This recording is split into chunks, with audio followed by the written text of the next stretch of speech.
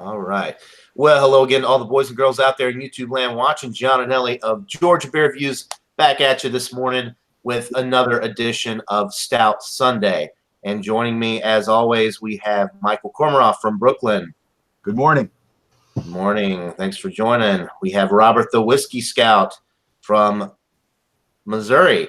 Kansas. Ah! Good morning. Dang it.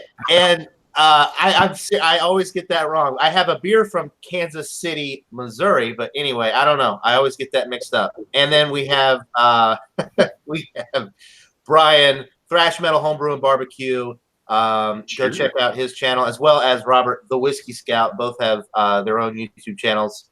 And Thrash and Brian is from Colorado. So cheers, guys. Guys. Introductions out of the way. Not a very good introduction, but anyway, we will go to Michael Kormeroff first with his beer. Okay.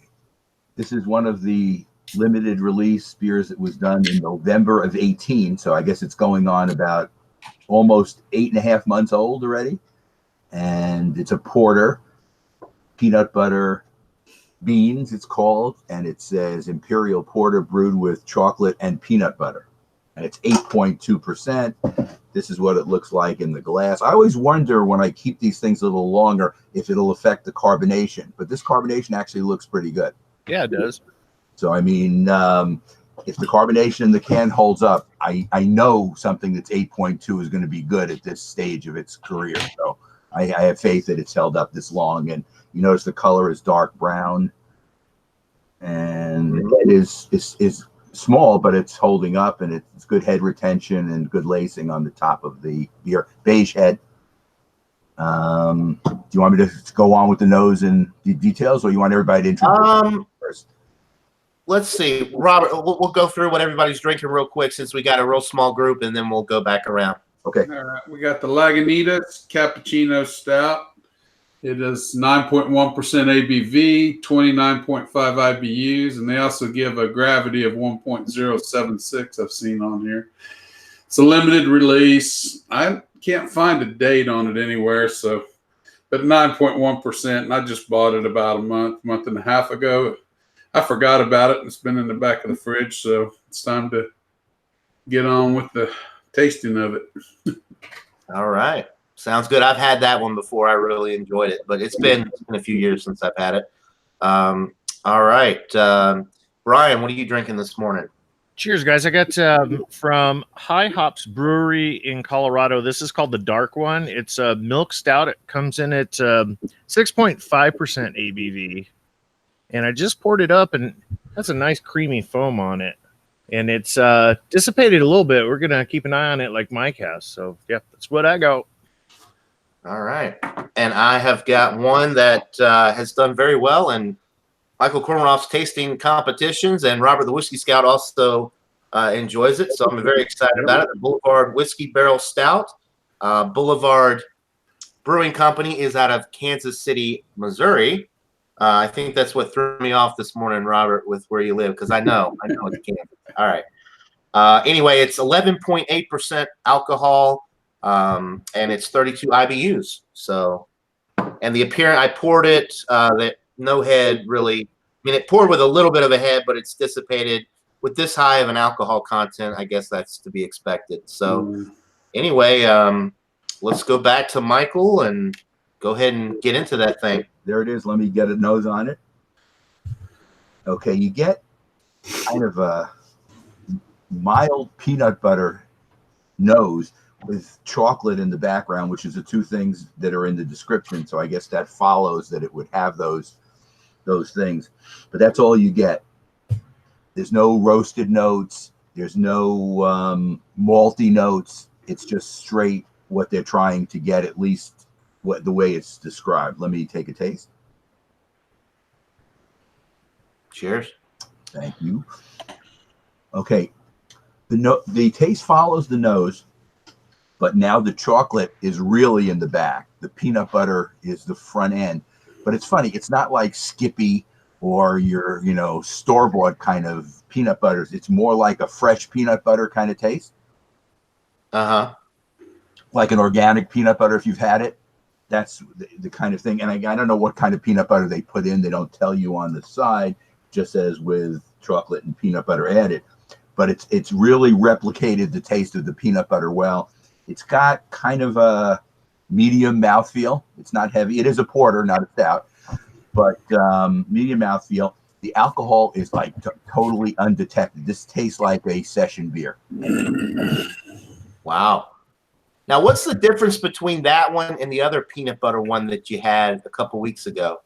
That one was not a limited release. That one was one you could have bought, but I guess you still don't see the 6-point stuff, so you probably can't get it.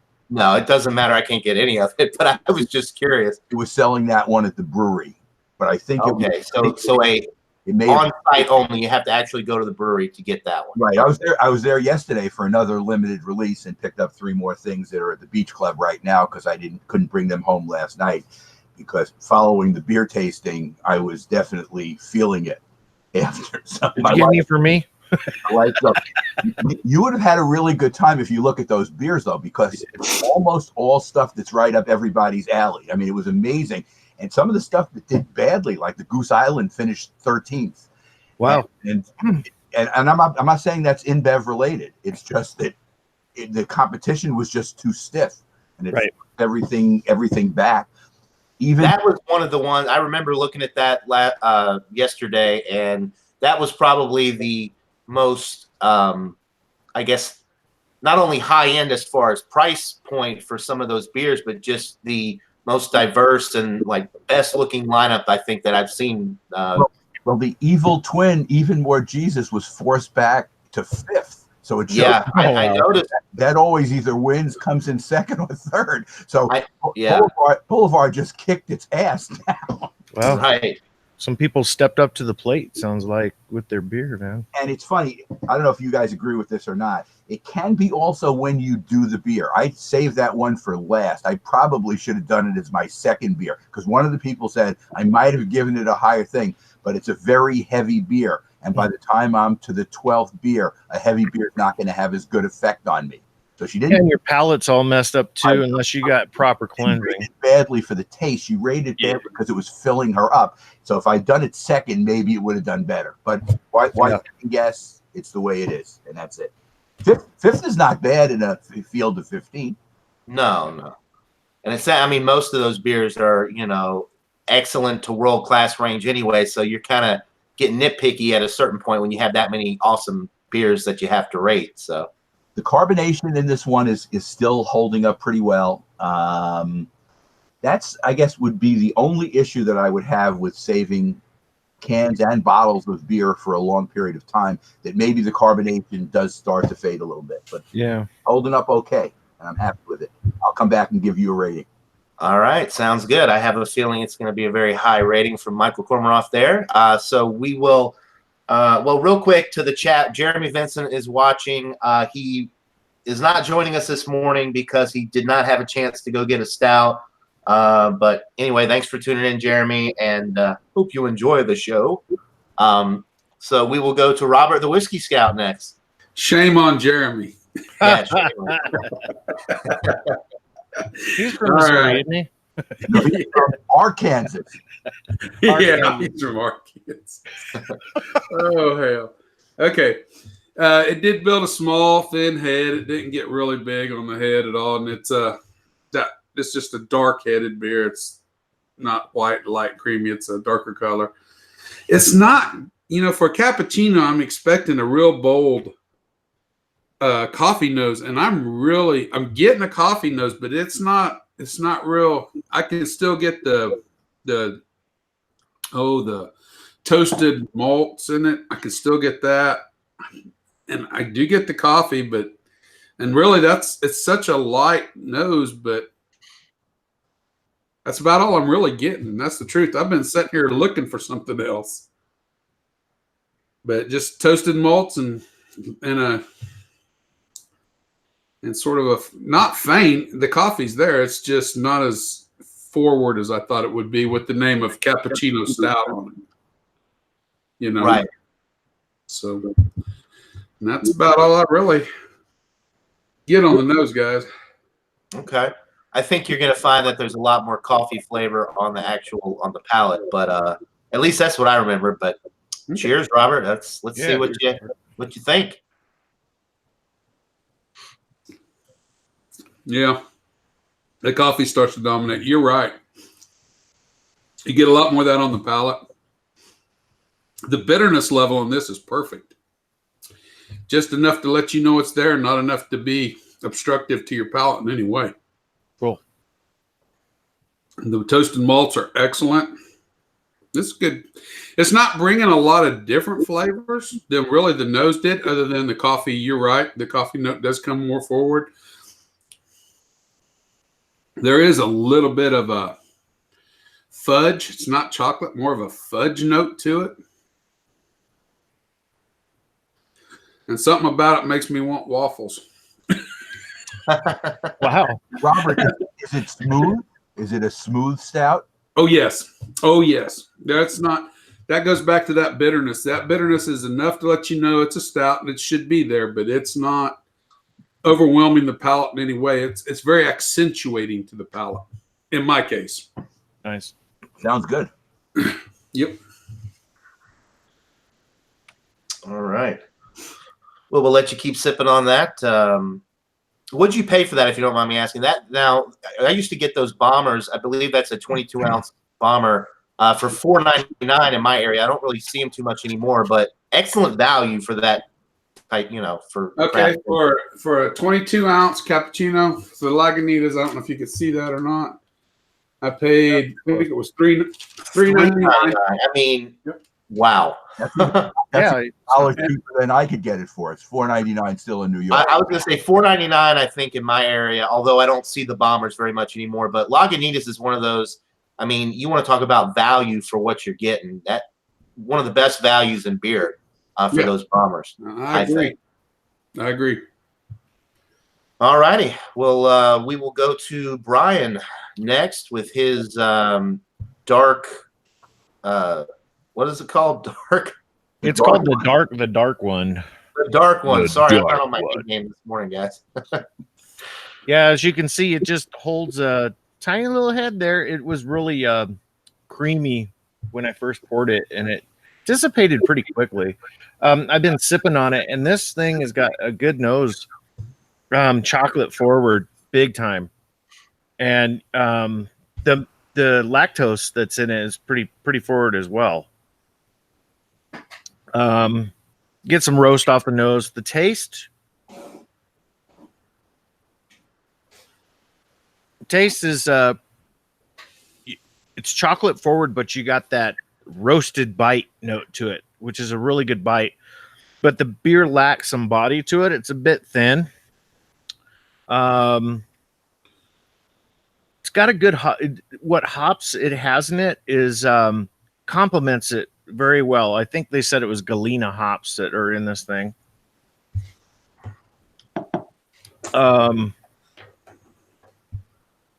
It really coats your mouth really good. The mouth feels there. I don't think they have oatmeal in this thing, but this will rate pretty high with me. And just for additional information, these guys are out of Windsor, Colorado.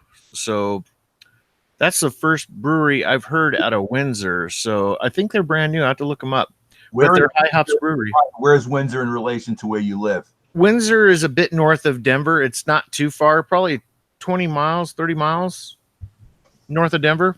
South of Loveland? Pretty widespread out. Yeah. Yep. Yeah, there's breweries everywhere up there. So you got Longmont, you got Fort Collins, you have Loveland. Just all along the Front Range. They just Breckenridge there too? Breckenridge is up in the hills. Breckenridge is about an hour and a half drive from here. That's up by Aspen. So okay, that's further away. Yeah, it's up in the hills. But yeah, I think they counted we're now up to like 326 breweries in Colorado. Wow. Yeah, it's insane. But anyway, I'm liking this one. All right. Yeah, Mike's going to take shortly for a rating from you. We've got Alex the Beer Master in the chat this morning. Thanks for tuning in, Alex. He said he would have joined, but he doesn't have a stout. Alex, come on. You guys got to get with the program here. Yeah. he's telling Jeremy he needs to get some more KBS because he really enjoyed it. Yeah, if you can still get it, Alex, get it while you can because it will be gone before you know it. And then the 2020 release will be out next year. All right, so got the Boulevard Whiskey Barrel Stout. I see why Robert likes it so much. It's definitely got that bourbon nose and taste. Very bourbon forward, or very whiskey forward. It doesn't say bourbon, but I think it's bourbon barrel age. But yeah, I wish I knew what barrels they aged it in. It smells absolutely delightful. You're definitely getting the bourbon notes on the aroma. You're getting some nice roast as well. You're getting a little bit of dark chocolate, some nice toasted bread notes. But yeah, that whiskey barrel presence on the aroma is really prominent. It's really nice, and it's in your face. Getting some of the wood presence as well, but you know the basic whiskey notes, your vanilla, your toffee, your caramel, and then like I said, the dark chocolate from the roast and the toasted bread notes that you get from the roasted barley malt. It smells absolutely incredible, and you know why I think I like this one so much too with the aroma is it's not a coffee stout, so there's no coffee with this one. You're getting just a nice imperial stout with that barrel presence. So cheers, guys. Cheers, John. You're gonna love this. Cheers, man. I know he's gonna love it. Yeah, I've been sipping on it a little bit. It's absolutely incredible. You get a little bit of the dark chocolate. You're getting the barrel presence is just blowing my mind right now. How in your face it is, but it's not. I mean, you can tell it's a high alcohol beer. It's slightly boozy from the whiskey presence, but it's not. It doesn't taste like 11.8. I mean, it's very smooth. Vanilla, toffee, caramel, the wood presence, the dark chocolate, the roast, no bitterness with this one, which I'm perfectly fine with. Very smooth. It's almost like it does have a little bit of a creamy mouthfeel going on.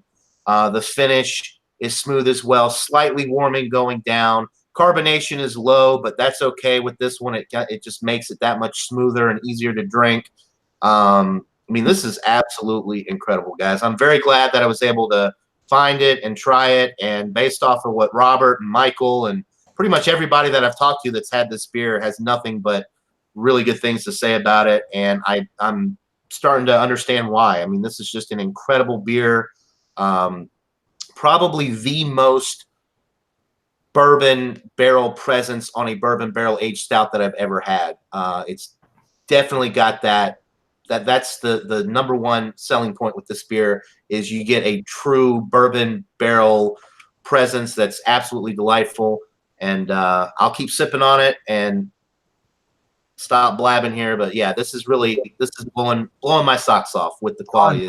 What was the price point? What did you pay for that bottle? It was $13.99 for a 4-pack, which for an 11, I think that's a good deal for a craft beer of this magnitude with that high of an alcohol, the ABV, as well as being bourbon barrel aged. I think that's a pretty good deal for what you're getting. I always talk to you about this guy, Frank. He's the one who brings all this stuff to the Beach Club. He brought that. He brought the 6 glass, and he brought a Belgian. And probably the 3 beers he bought were probably like $25 or $30 together, but he doesn't care. And we say to him, you go, well, I have fun turning you guys on, and girls. There are girls too. So what can you say to somebody who likes to just do it? He likes doing that. Right. It should be fun. And if it's fun, you don't notice the expenditure so much. Think about going to a movie and how much you're going to spend for a movie with popcorn and a pop now. That's true. Every single person is $20. Easy. Everything's inflated now. Cost of beer has gone up for sure. Well, yeah, but everything in life costs. It's just, are you willing to pay it? And if you are and you enjoy it, who's to question?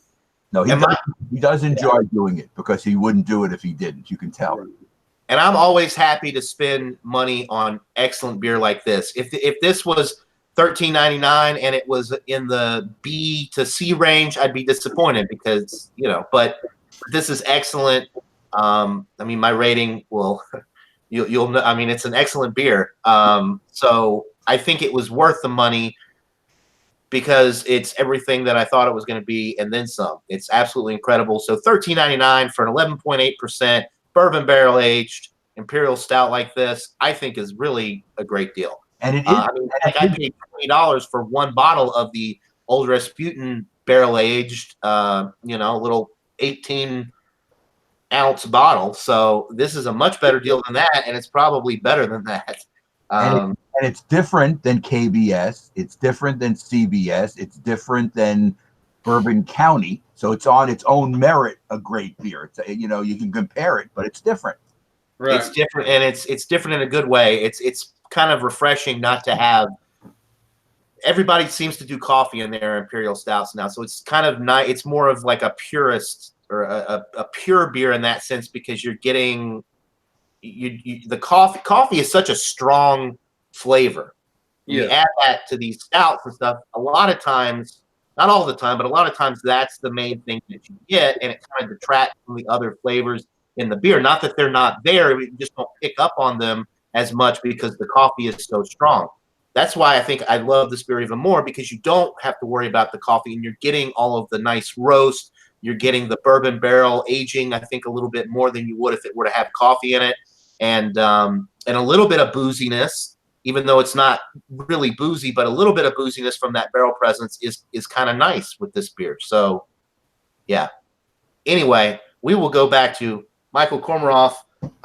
We've still got Alex and Jeremy in the chat. They're the only two chatting it up this morning. Although we've got 7 people, or 7,000 people watching right now, I should say. So, anyway, thanks for tuning in, guys. Let's go back to Michael with his peanut butter beans there. What do you think? As this warms, you're getting more of the roasty malts that I didn't get before. So obviously they were in the background too, and I didn't get them. Now as it warms, you're getting some roasted malt in the background too. I'm happy that they chose to do this chocolate and peanut butter instead of coffee and peanut butter, because peanut butter and chocolate is like Reese's peanut butter cup kind of thing. So it's a nice combination together, and I'm really enjoying this, and I am going to give it a 94, which is a bordering on world class, but it's a solid A. Nice. Very nice. Maybe I'll get to try it one of these days, or at least And as you, if you're out there watching, I doubt it. Please send your beers to Georgia. I would love to try them. Hey, in Colorado too. Hi. Yeah, you just do what you got to do. Get it out Send there. them to Missouri too for Robert. The Missouri, Kansas. Robert, Kansas is getting downgraded here. We have to bring everything back and remember what's going on. They're here. like blending. The states are blending. We're all part of the United States, right? Right. All right, so back to Kansas now with Robert the Whiskey Scout and that Lagunitas Cappuccino Stout. What are you thinking? I'm liking it. As it warms, I get I even get a little bit of a walnut, English walnut, like you would even put in a fudge brownie. I get that note now on it. And much like Michael's, as it warms, you do start to get more of the roasted effect coming out. You just notice it more. And I think that comes with the temperature change, and I agree with that. Even on this one, it's exhibiting the same thing. So for a score, it's a good one. Not as good as what you're drinking, John, but it's a good one. I'm going to have to go with probably a 93. I think I'll go with a 93. It's definitely an A. It's definitely a good beer, and it's definitely something I wouldn't mind having again for sure. Right. If they barrel aged that sucker, it'd be even better, huh? Oh, yeah. Yes, it would be. That's kind of my, I pretty much any stout. If you barrel age any stout, I think it just makes it better. But I haven't had a barrel aged stout that I thought was worse than a non-barrel aged version of that same beer. Old Rasputin is a perfect example. I had that one, and it was almost a little too bitter. Very bitter stout. And the barrel aged version, that barrel aging just mellowed it out a little bit, took away some of that bitterness, and just added to the mouthfeel and the enjoyability of the beer. And of course, it upped the alcohol by like 3% as well. Right. Yeah. The one you're drinking, I was looking, I try to keep notes, but I can't remember what I gave the Boulevard one, if I did it even on a Stout Sunday, which I remember doing it, but I try to write them all down on my score, so I kind of keep track. I think you gave it a. I want to say you gave it a 96. It was either a 96 or a 98, but you scored it very highly. I do remember that. So, but I got the old Rasputin up there, and that was a 96. So now you just had you didn't have the barrel age version. You're talking about the standard old Rasputin, right? Yeah, just the standard old North Coast Brewing Russian Imperial Stout old Rasputin. Well, if you ever get the chance to try the barrel aged version of that, you would absolutely love it. The only problem is it's not as good of a value as the Boulevard is. It's $20 for one bottle, or at least it was in my area. Wow. Yeah, but it was. I mean, it was world class. So that'd give me pause. Yeah. World class or not, $20 is a lot for a beer. Yeah, it is. Yeah, but it was one of those limited release. It was one per customer, and it was off the shelves in like 2 weeks. So I had to get, you know how I am with that kind of stuff. I wanted to try it. So, and I knew it wasn't something I was going to be able to go back and just buy anytime I wanted to. Same thing with the 1050 barrel age from Oscar Blues. That was another one. That was the limit 2 per customer. So I went back a couple times, and that was $10 for a 19.2 ounce stovepipe can. So of course, I bought a few of those. I'm a sucker for that type of stuff, I guess. But as long as it's world class, I'm okay with it. I can sleep at night if it's a world class beer. Welcome back, Jay. We got Ron Ontario joining back up with us. Did you find a stout, Ron? I guess sometimes you gotta expect the unexpected, because There you go. I looked in my refrigerator and I was like, nah. And then I looked and I said, I know that says milk stout. Oh, it sure does. Now that's the Left Hand Brewing Company. Oh, yeah, raspberry milk stout. I said, oh heck. So I hurried up and started doing my research and wrote all my notes down, and then I did a solo review. And you've been very productive over the last the last few minutes. I'm like a busy bee, guys. Like a little busy bee. Now, I will go back and watch your replay. I don't know what y'all said about your stouts, although I have a feeling you like them. So here I am. Oh, I'm just interrupting like a madman. That's all right. We were giving rate. We were going through. Michael gave his peanut butter beans a 94, I believe. Yeah, that makes sense, because I've never had it and I can't relate to it. So that would be like me watching a movie. Robert gave Lagunitas Cappuccino Stout a 93, and then we were just about to go back to Brian with his rating on the dark one. So yeah, the dark one. This is. Uh-oh. Did Brian freeze? Yep. Yeah, he froze it. He'll be back in a second. The company didn't like what he was about to say, so they sent some agents out. Brian indeed freeze. And well, still in Kansas, no matter how long Brian stays frozen. Yeah, I think it's changing. Jay, we had an inside joke because we kept saying Kansas or Arkansas or Missouri, and it's been fun. I think that I always said Kansas, but other people made some mistakes. Yeah. Well, He is okay. live. There you I There he locked up, man. I'm like, you're back. How long were you talking to us before you realized you were frozen? a little while. A little while. Let's just round this off. I'm giving it a 93. It's an A. All right. I don't know what you guys heard from me, but Nothing. We're sure you liked it. We saw. We couldn't keep talking. Now he's completely gone. All right. Well, we got it. We got his rating. Maybe he'll be back with us once he figures out his internet issues. So John, give us your rating, and then Ron will describe his beer. All right. I'm very tempted to give it 100 because I don't do that very often. This is one of the best, if not the best, bourbon barrel imperial stouts that I've ever had. just killing me. I don't know gave. what's going on. I'm trying to think of. Getting all screwed up. I'm trying to think of ones that are better than this, and I'm having a hard time. The CBS, I really like the CBS, and of course the Bourbon County Stout, the 2017 version I had. I gave that one 100. I mean, I've got to be honest with myself here. That I haven't had any that are better than this, and the ones that I have given hundreds are about right on the same level. So I'm gonna have to do it. I'm gonna have to give it a perfect score. That's world class. To be honest, like the Beastie Boys said, be true to yourself and you will never fall. Yeah. I mean, I feel like I would be cheating this beer. If I gave it a 99, I would not be doing this beer justice, because I really do think it's perfect. It's the best bourbon.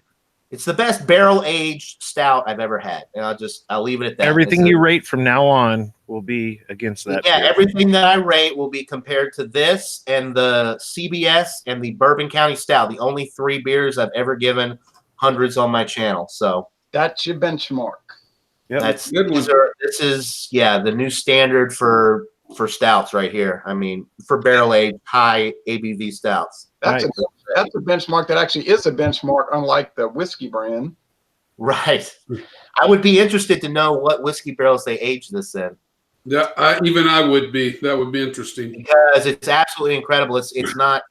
It doesn't taste like it's aged in the cheap stuff. It tastes like it's aged in some really good bourbon barrels. Well, they do up in Kansas City. They have Regeers and they have Union Horse Distilling, and so they could be getting their barrels from Union Horse. Union Horse they put out some young stuff. They've got an older aged whiskey now that I need to try, but that young stuff was a little. I didn't care for it. So, but that doesn't affect necessarily how the barrel will translate into the beer. So, right, that's true. Hey, Johanna, oh, I'm sorry. No, I was just saying it's just Union Horse. If they're getting it locally, more than likely it's coming from Union Horse.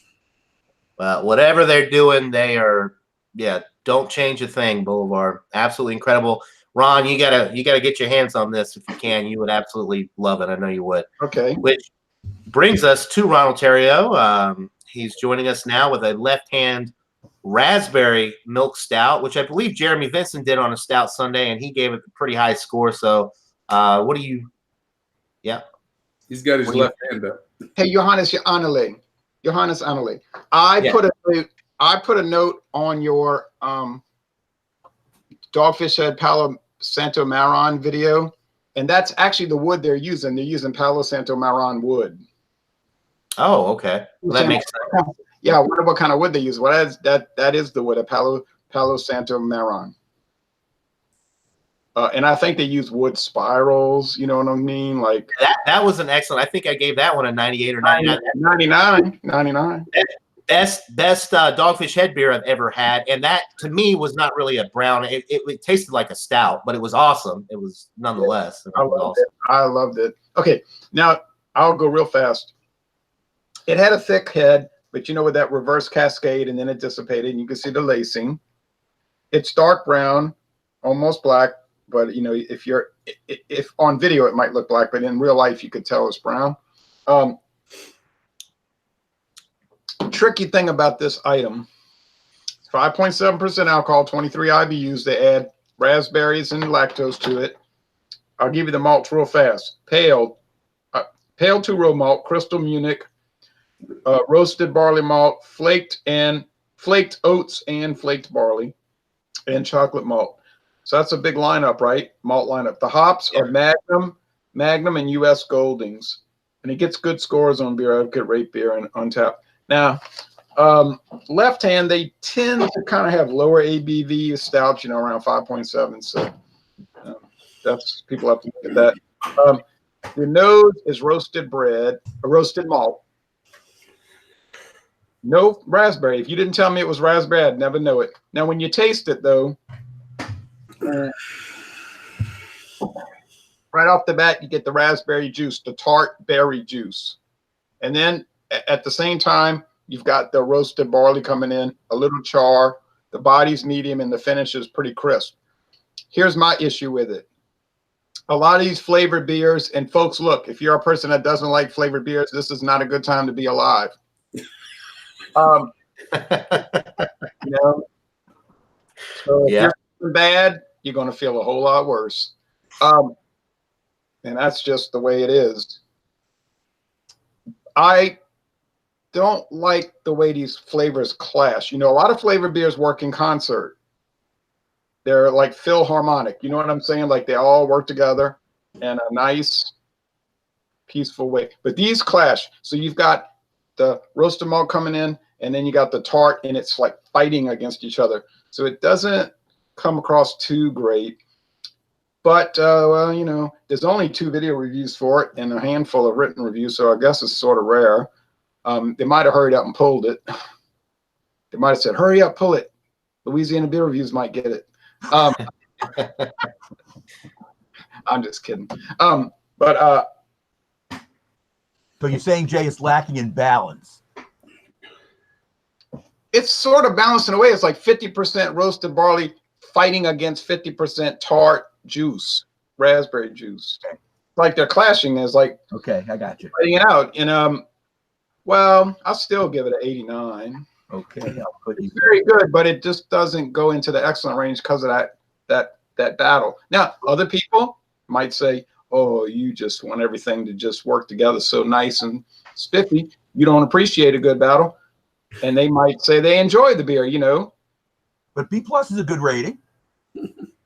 B+ is a good rating. I didn't care for the movie Clash of the Titans, and I don't care for this as far as the flavor beer, but it is a very good beer nonetheless, and I'll give it a B+. Okay. And I think that's fair to give a beer a very good score, even though you don't particularly love it. I try to be fair with beers.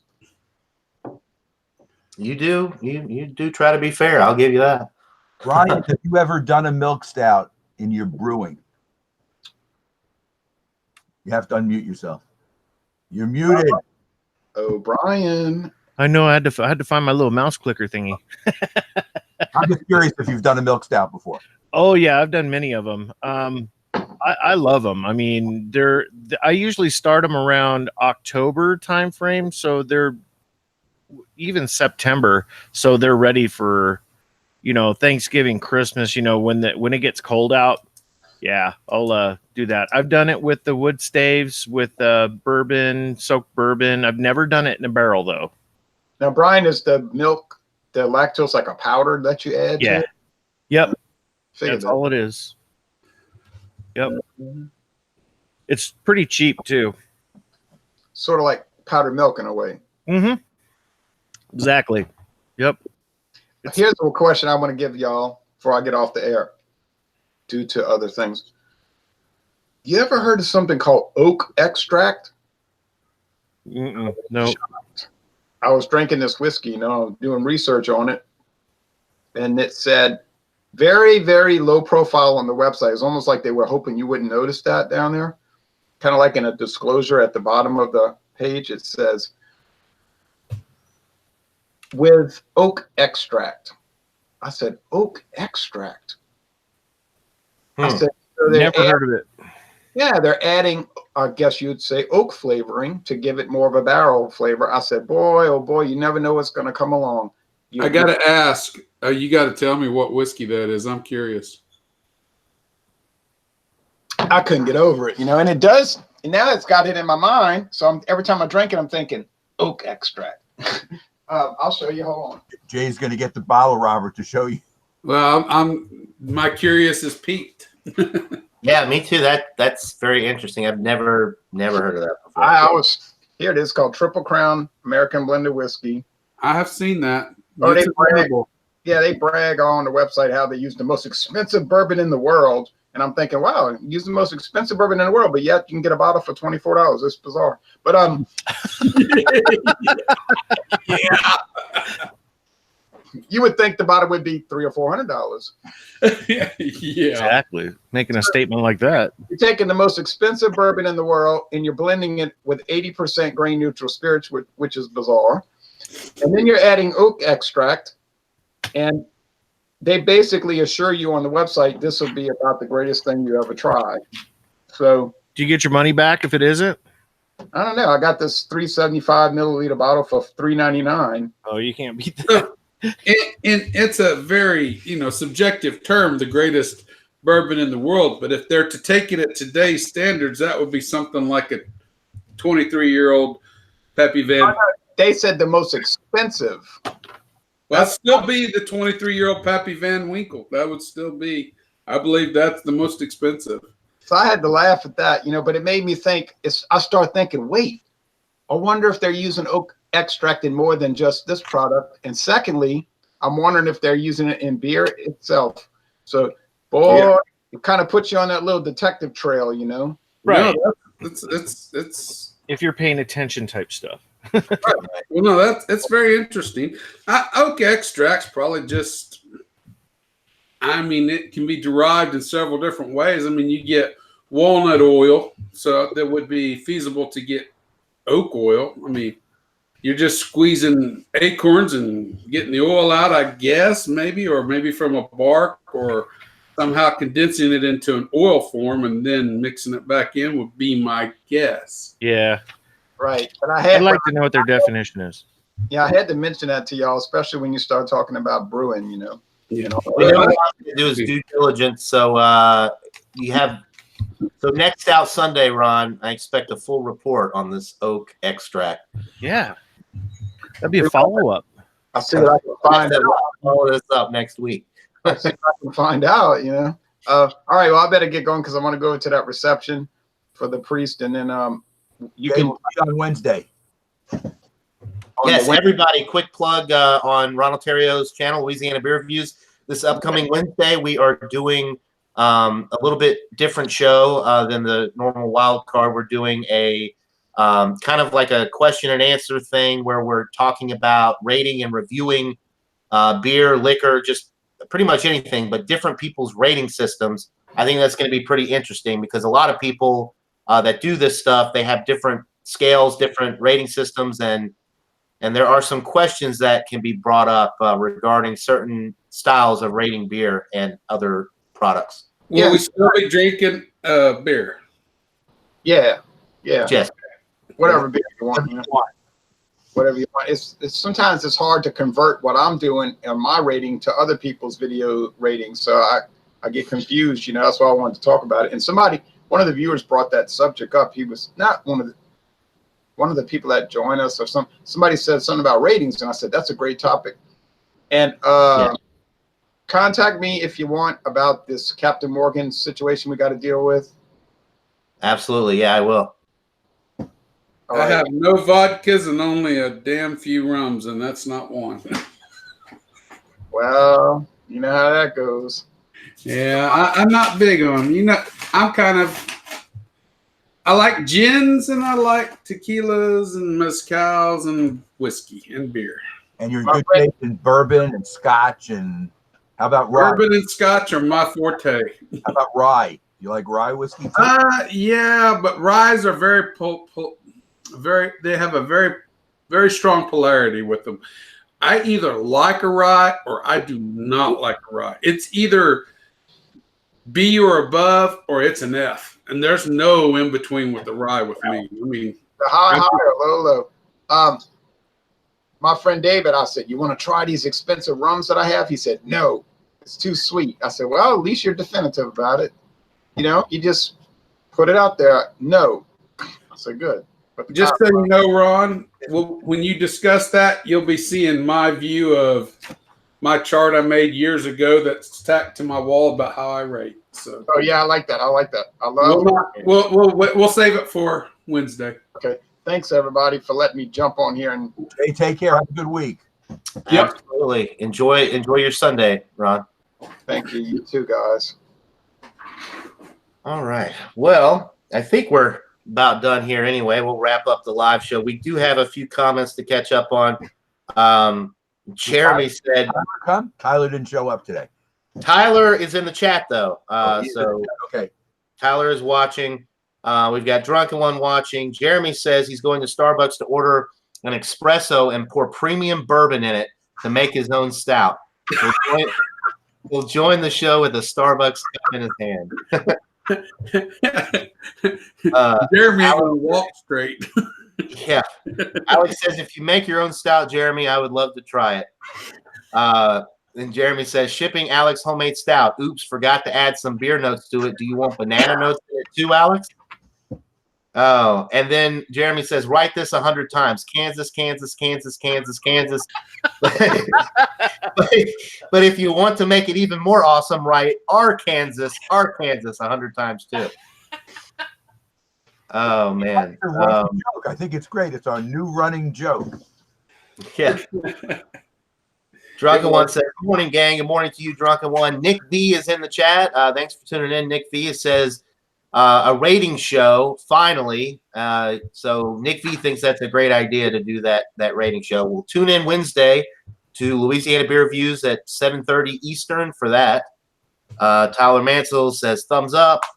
And Jeremy Vincent says, forget ratings. It's all about the date, guys.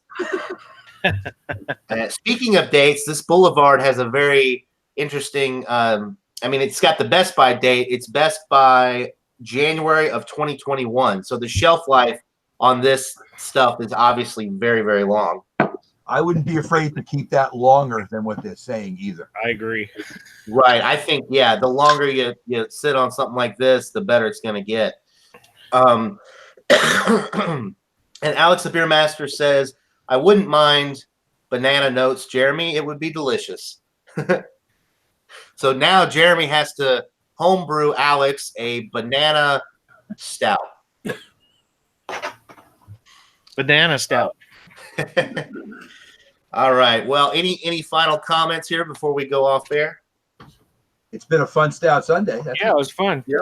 Yeah, always a good time hanging out with you guys. Thanks to everybody on the panel, Michael Kormaroff, Robert the Whiskey Scout, and Brian Thrash Metal Homebrew and Barbecue.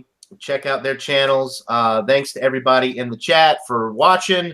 Another successful Stout Sunday in the books, gentlemen.